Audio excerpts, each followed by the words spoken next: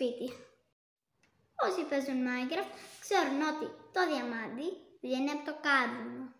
Στην ουσία, το διαμάντι και το κάρβουνο είναι αδερφάκια επειδή είναι από άνθρακα. Το διαμάντι είναι πολύ σκληρό, είναι συμπυκνωμένο. Δηλαδή, άμα είστε Superman και πιέσει το κάρβουνο, θα φτιάξετε ένα διαμάντι.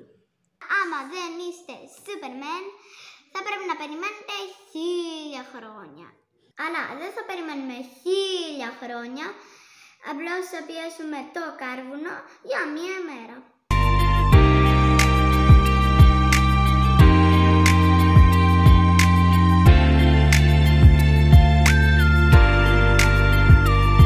Αυτό είναι ζυμισμένο και αυτό είναι κανονικό.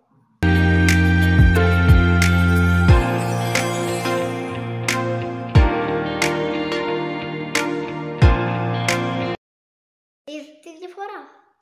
Το κανονικό κάρβουνο διαλύεται στα χέρια μου.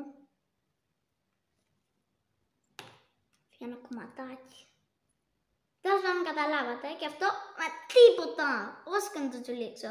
Και με το καλό μου χέρι. Άρα το κάρβουνο όντως κληραίνει υποποίηση. Αλλά πρέπει να περιμένουμε λιγάκι.